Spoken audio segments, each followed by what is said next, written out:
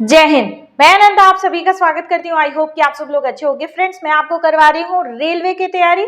तो यहाँ पे आज मैं जो आपको करवाने वाली हूँ ये PYQ सीरीज ही है। तो देख लेते हैं PYQ सीरीज में पहला क्वेश्चन क्या है जो कि इम्पॉर्टेंट है।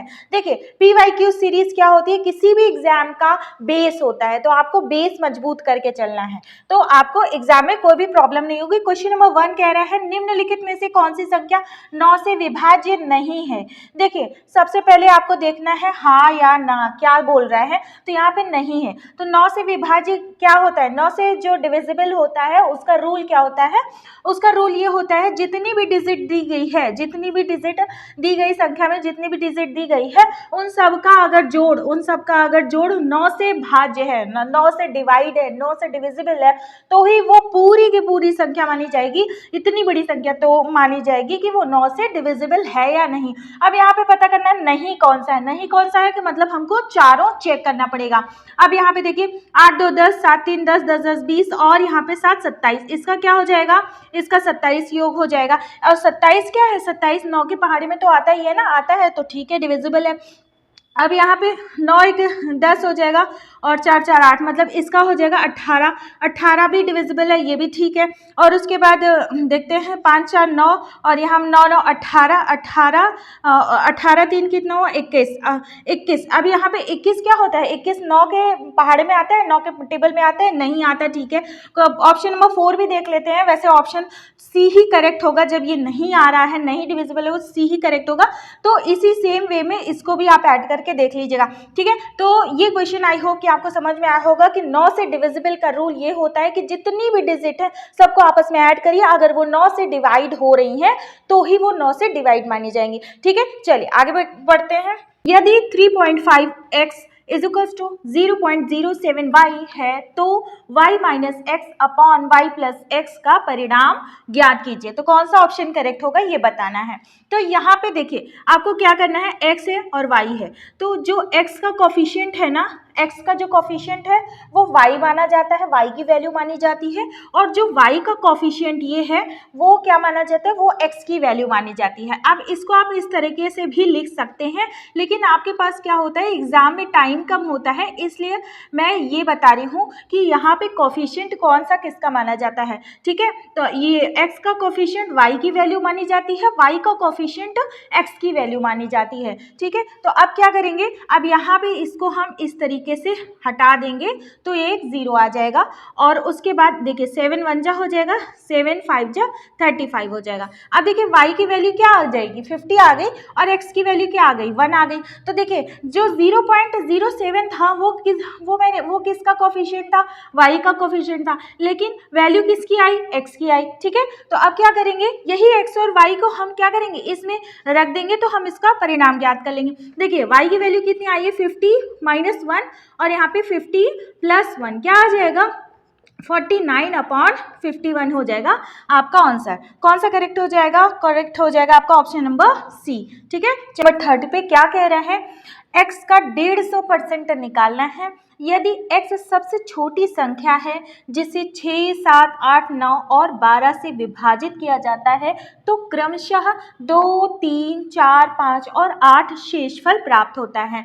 अब देखिए एक चीज आप ध्यान दीजिए, जब भी कभी क्वेश्चन में कह दे छोटी से छोटी संख्या, दिमाग में बिठा लीजिए, दिमाग में ये बिठाइए कि आपको एलसीएम निकालना ही है, लसा निकालना ही है ऐसे क्वेश्चन में। तो आपको क्या करना है, अब यहाँ पे देखिए 2 और 6, 7 और 3, 8 और 4, 9 5 और 8 और 12, सबका डिफरेंस क्या आ रहा है, 4 आ रहा है ना, 4 यहाँ पे लिख लीजिए, ठीक। अब क्या कह रहे हैं, x छोटी से छोटी संख्या है, अगर इससे विभाजित करते हैं, 6 7 8 9 12 से विभाजित किया जाता है तो ये क्या करता है, ये इतना शेषफल प्राप्त होता है। तो हम क्या होगा, तो जो x वो संख्या होगी, x में इन सब का डिफरेंस क्या करेंगे, हम ऐड करेंगे ना, ऐड करेंगे और वो इक्वल करेंगे किसके, इसके एलसीएम के, ठीक है। चलिए यहाँ पे एलसीएम ले लीजिए, कितना आ रहा है एलसीएम, 6 7 8 9 और 12, ठीक है।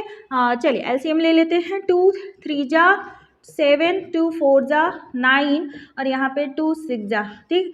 तो फिर 2 से कटेगा 3 7 टू टू जा हो जाएगा 9 और यहाँ पे 2 3 जा। अब क्या होगा, अब 3 से करते हैं, 3 1 जा 7 और यहाँ पे अभी 2 बचा ही है, अभी 2 लास्ट में हम वैसे उतार देंगे, ठीक है। अब यहाँ पे क्या होगा, अब यहाँ पे क्या होगा 7 2 और 3 एक्स्ट्रा आ रहा है ना, अब इसको लिखने से कोई फ़ायदा तो है नहीं।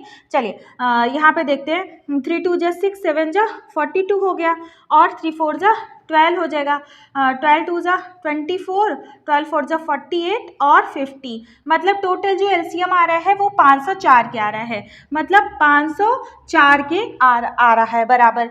तो x क्या हो जाएगा, x बराबर हो जाएगा 504 माइनस, अब यहाँ पे 4 करेंगे, ठीक है। तो x की वैल्यू क्या आ जाएगी, x की वैल्यू 500 आ गई, ठीक है, 500 आ गई, x हमें पता चल गया। लेकिन यहाँ पे क्वेश्चन कह रहा है x का 150% निकालना है। x तो हमने पता कर लिया, लेकिन x का 150% निकालना है। कैसे निकलेगा x का 150%, ये 500 का मल्टीप्लाई कर देंगे 150 और परसेंट है ना अपॉन 100 कर देंगे, ठीक है। अब इसको कैंसिल कर देंगे, 15 बचे 75, ठीक। तो और 750, तो 750 आ गया x का 150%। ऑप्शन नंबर ए करेक्ट हो गया। आई होप कि ये क्वेश्चन आपको समझ में आया होगा। देखिए जब भी अलग अलग शेषफल आए ना, तो आपको क्या करना है, जिससे भी विभाजित, जैसे 6 से विभाजित कर रहे हैं तो 2 शेषफल बच रहा है, तो आप उसका क्या करिए, डिफरेंस, यहाँ पे देखिए सबका डिफरेंस कितना आ रहा है, 4 आ रहा है, तो उस संख्या में 4 एक्स्ट्रा ऐड करेंगे तभी उतना क्या आएगा, हमारा शेषफल आएगा, ठीक है। चलिए आगे बढ़ते हैं। वास्तविक a, b और c के लिए यदि a square plus b square plus c square is equal to ab plus bc plus ca है, तो a plus b plus c का होल स्क्वायर का मान ज्ञात करना है। अब यहाँ पे आप एक चीज कॉन्सेप्ट पकड़िए, यहाँ पे क्या बोल रहा है, वास्तविक बोल रहा है, तो वास्तविक बोल रहा है इसका मतलब रियल, तो रियल मतलब यहाँ पे क्या हो गया, यहाँ पे पॉजिटिव हो गया। जब पॉजिटिव हो गया तो ये जो इसकी वैल्यू होगी, इसकी वैल्यू क्या आएगी, पॉजिटिव में आएगी, और क्या हो जाएगा, a बराबर b बराबर c के हो जाएगा, ठीक है। तो अब क्या करेंगे, यही चीज हम यहाँ पे रख देंगे, तो a तो हो ही गया, b की वैल्यू भी a लिख सकते हैं क्योंकि सारी चीजें हमें क्या मिलेंगी, पॉजिटिव में मिलेंगी।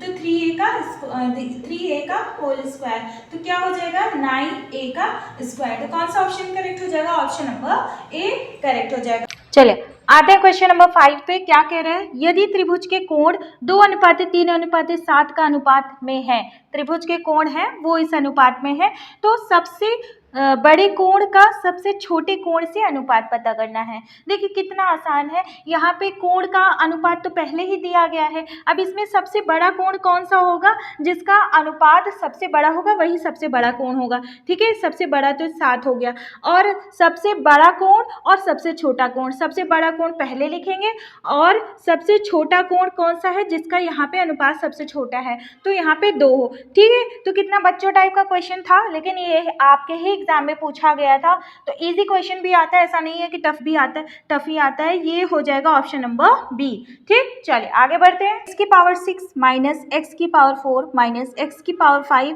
माइनस x की पावर 4 प्लस x की पावर 2 माइनस 4 के गुणक क्या होंगे। तो गुणक क्या दिए हैं, x माइनस 1 x प्लस 1, दोनों या फिर दोनों नहीं, कौन से होंगे। देखिए ऑप्शन में क्या दिया गया है, ऑप्शन में दिया गया है x माइनस 1 दिया गया है और x प्लस 1 दिया गया है, ठीक है। अब यहाँ पे हम क्या करेंगे, x की वैल्यू 1 रखेंगे और यहाँ पे हम क्या करेंगे, x की वैल्यू माइनस 1 रखेंगे। दोनों रख के हम देख लेते हैं, अगर 0 आ जाएगा तो हम मान जाएंगे कि ये गुणक है। तो x की वैल्यू अगर इसमें 1 रखेंगे तो क्या आ जाएगा, 1 माइनस 1 फिर माइनस 1 फिर यहाँ पे माइनस 1 फिर यहाँ पे प्लस 1 फिर यहाँ पे माइनस 4। देखते हैं क्या आया है, माइनस 1 प्लस 1 कट जाएगा, फिर प्लस 1 माइनस 1 कट जाएगा तो माइनस 5 आ जाएगा। इसका मतलब x माइनस 1 जो है गुणक नहीं है, तो ऑप्शन नंबर ए कट गया, ठीक। अब ऑप्शन नंबर बी पे जाते हैं, x प्लस 1 पे जाते हैं, माइनस 1 क्या करेंगे, वैल्यू रखेंगे, तो माइनस 1 की पावर 6 फिर माइनस 1 की पावर 4 फिर माइनस 1 की पावर 5 फिर यहाँ पे माइनस 1 की पावर 4 फिर क्या है, माइनस 1 की पावर 4 के बाद है प्लस प्लस -1 का स्क्वायर फिर -4। चलिए इसको सॉल्व करते हैं। देखिए इवन है ना, इवन है तो यहाँ पे 1 आ जाएगा, फिर माइनस इवन है, इवन पावर है तो यहाँ पे 1 आ जाएगा, फिर माइनस यहाँ पे अगर ऑड है तो ये माइनस आ जाएगा, अब माइनस माइनस यहाँ पे प्लस हो जाएगा 1।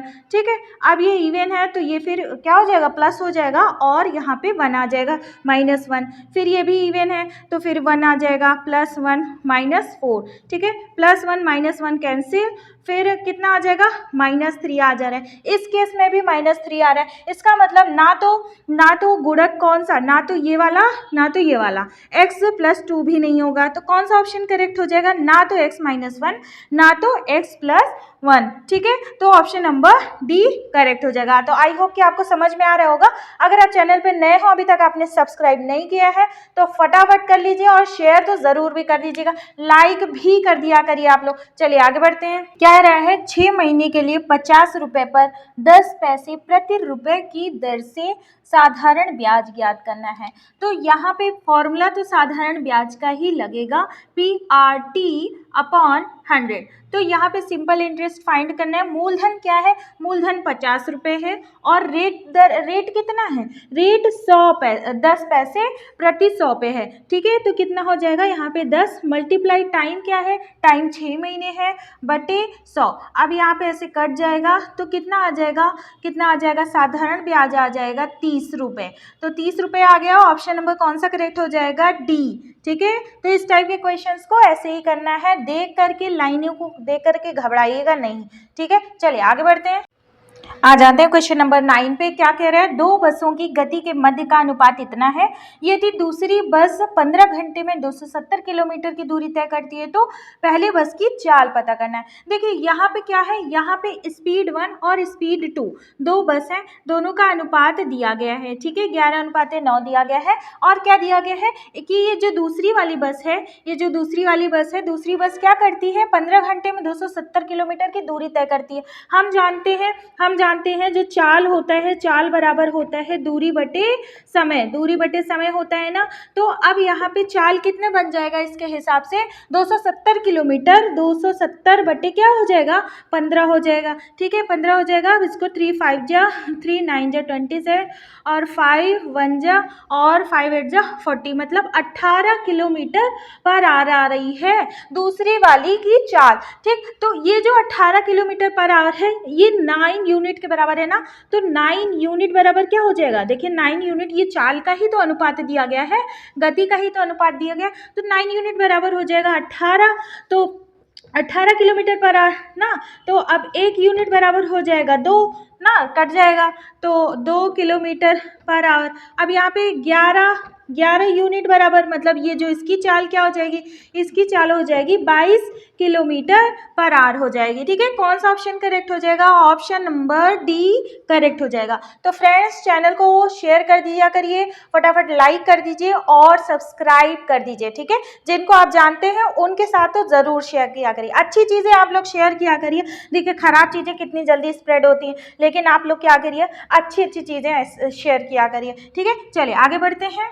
आइए देखते हैं क्वेश्चन नंबर 10 क्या कह रहा है। विजय को 12 पेन बेचने पर 2 पेन के विक्रय मूल्य के समान लाभ प्राप्त होता है, तो उसका लाभ प्रतिशत पता करना है। तो यहाँ पे क्या कह रहा है, यहाँ पे कितना पेन बेच रहा है, 12 पेन बेच रहा है, 12 पेन बेच रहा है। ठीक है, और उसके बाद क्या हो रहा है कि 2 पेन के बराबर उसे 2 पेन के विक्रय मूल्य के बराबर क्या हो रहा है, लाभ प्राप्त हो रहा है। तो यहाँ पे उसका कॉस्ट प्राइस क्या हो जाएगा, कॉस्ट प्राइस क्या हो जाएगा, जब 12 पेन बेचेगा और उसके बाद 2 पेन के विक्रय मूल्य के बराबर जो लाभ हो रहा है तो घटा देंगे तो कितना आ जाएगा, 10 पेन के बराबर उसका क्रय मूल्य था। ठीक है, तो अब क्या करेंगे, ये जो 12 है ये सेलिंग प्राइस मान लेंगे और ये जो 10 है ये कॉस्ट प्राइस। तो अब यहाँ पे कॉस्ट प्राइस बटे कर देंगे, लाभ क्या होता है ये तो जानते ही हैं, 2 देखिए 2 पेन के बराबर क्या हो रहा है, लाभ हो रहा है, तो 2/10, 10 क्या होता है कॉस्ट प्राइस वाला,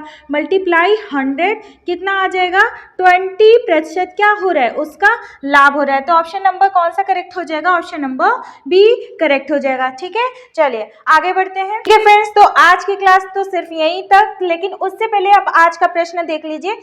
क्या है, एक वितरण का माध्य 11 है तथा मानक विचलन 5 है। गुणांक भिन्नता का मान ज्ञात करना है, ये इसका ऑप्शन है। आपका ऑप्शन क्या ऑप्शन आया है, आपका कौन सा आंसर आया है, कमेंट सेक्शन में लिख के बताइएगा। अपने आप को इवैल्यूएट करिए, ये क्वेश्चन जरूर करिएगा, PYQs का ही है। तो चलिए फिर मिलते हैं नेक्स्ट क्लास में, तब तक के लिए बाय बाय, ठीक है, नमस्कार, जय हिंद।